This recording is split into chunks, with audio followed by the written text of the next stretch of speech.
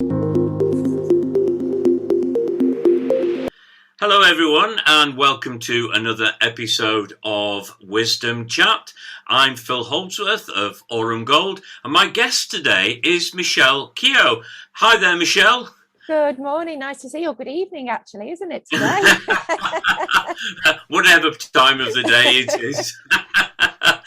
Michelle's founder of Leaf Organics and also a CBD expert.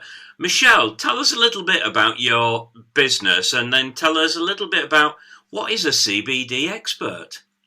Oh, well, thank you very much for having me on today, Phil. CBD is, or my company, and we sell CBD products which actually come from the cannabis plant, but it will not get you high. So it's totally legal. I've actually just been signed off for the novel food license that my products are all compliant, they're following all correct legislation, which was a real big kudos for me, to show that what I am doing is correct and proper, and as a consumer you're protected. So I sell CBD products, everything from oil to topical products, and my job as an expert is to find out more about the person and what they're looking at CBD to help them with, and match best product with correct way of taking it, to help them get some relief. And CBD, it's not just all smoke and mirrors. There is actually some science behind, and shows that it actually does work with your body and mind. That's brilliant, and I know in terms of things like when we talk about money, we talk about people who are experiencing anxiety around money for all manner of reasons, and that sort of spilling over into challenging them around the area of sleep. And I often say to people, if you're not in the right place, if you're not in the right frame of mind, if you're feeling anxious, don't make life choices at that point, especially around money, but any aspect of life, because as we often say, 80% of the decisions that we make tend to be emotional and only 20% are rational and logic. And it's important that people are able to make informed choices. So just tell me then, with regards to things like sleep and reducing anxiety, one, how does it do that, and two, why those particular areas? What are you coming across?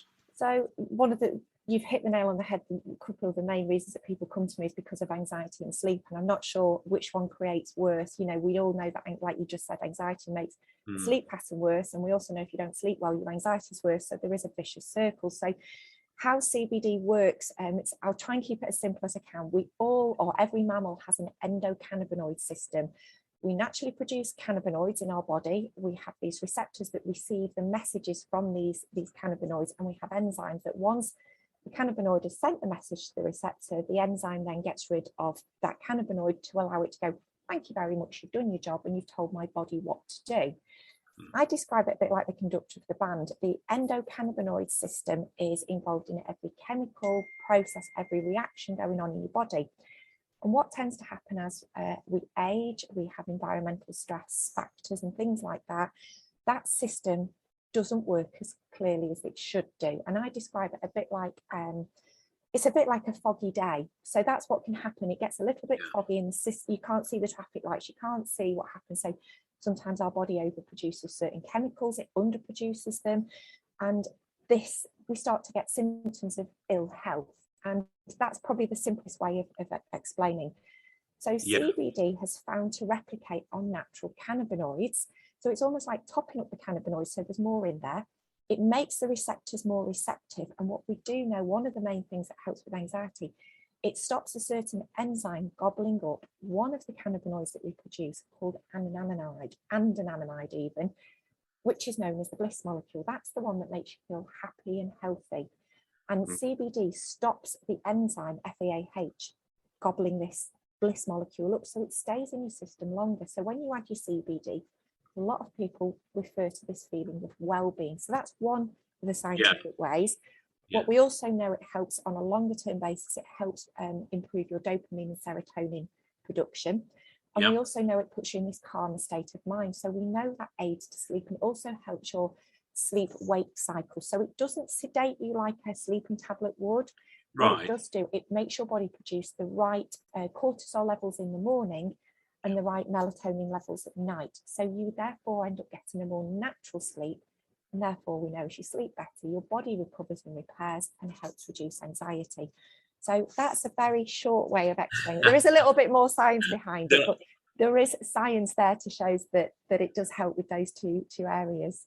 I'm sure our listeners would very much appreciate that description that you've given us, and we know that it's a big issue with regards to how some of these things that we face, such as anxiety and sleeplessness, sort of eating disorders, gut problems, and even the cardiovascular side in terms of just sort of, I don't know, heartbeats racing or whatever.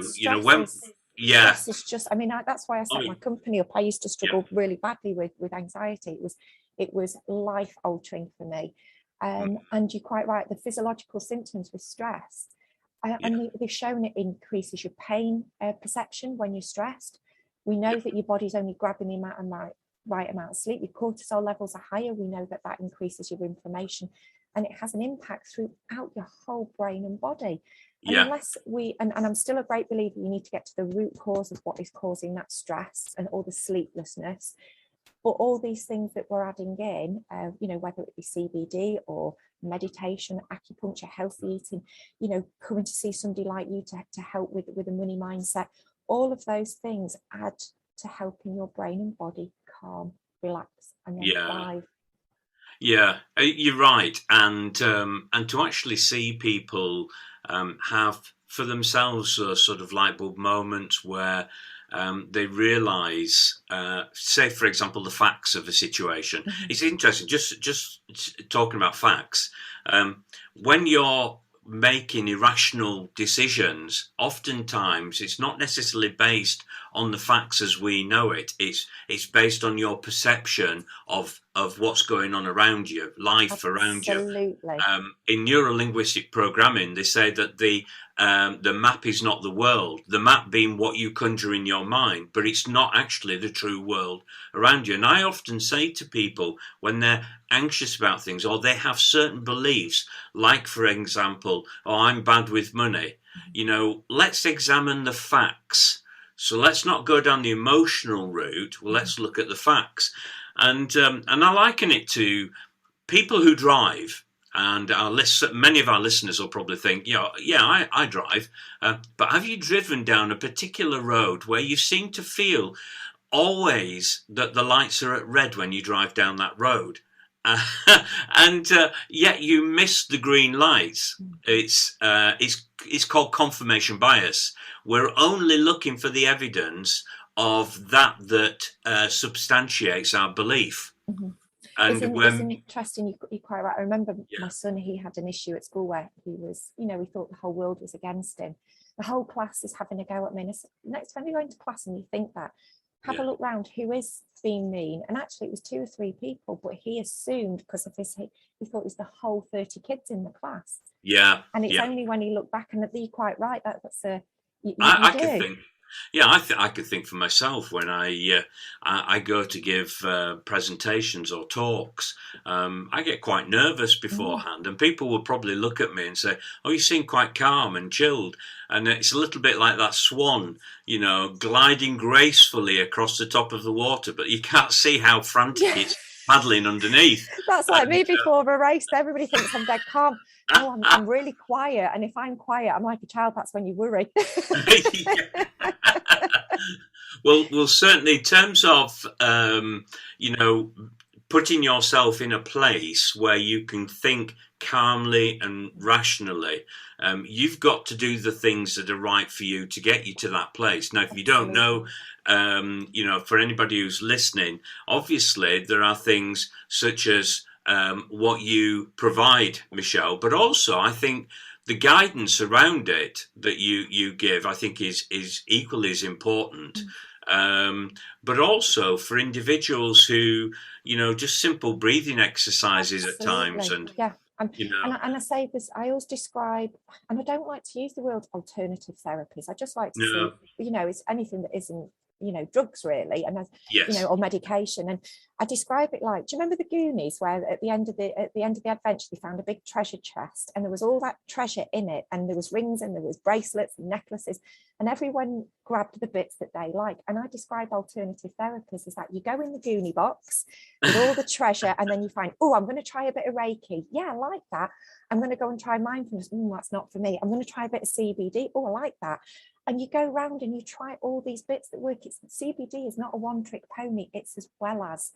And Yeah. I get clients coming to me and we talk about how it potentially can help. And Yeah. I give them as much information as they can so they can make an informed decision. But what I also do is guide them to people and experts like yourselves. They may need to go for, cognitive therapy. They may need to go and see the doctor. Sometimes, do not rule the doctor out. And, but it's about guiding them to the right thing so that they can get a whole fix, not just a one-trick pony, if that makes sense. No, and that's definitely why I set my company up, because it was the ethics. I felt some CBD companies were selling it as this will fix the world. Well, no, it's got some great healing potentials, but it's not a miracle cure. Yeah. Well, it's the same even in the the financial well-being world. It's understanding. Do you know? I don't know if you know this, Michelle, but less than 50% of the working population have any kind of financial plan. And when I've looked at it and questioned people about it, one thing that really struck me was people's responses were quite negative regarding planning. So you use the word budget, and people immediately think of restrictions, cutbacks, can't haves, and there are all these negative connotations. But then you throw in the mix this notion of, I'm bad with money, or whatever these negative beliefs are for some people, that you begin to realize why somebody doesn't want to go there and do the planning, because it just causes anxiety in them. However, one of the proven facts about planning is the fact that it does actually reduce stress. But you're right about it's not the only way forward. It's one of the things. We need to do it, but there are other things that we need to do to take care of ourselves. And if you don't mind, I'd just like to come to something. I would call it extreme running. Now, you're a very fit person. You like your physical well-being, and we've been talking a little bit, haven't we, before this episode about your extreme running.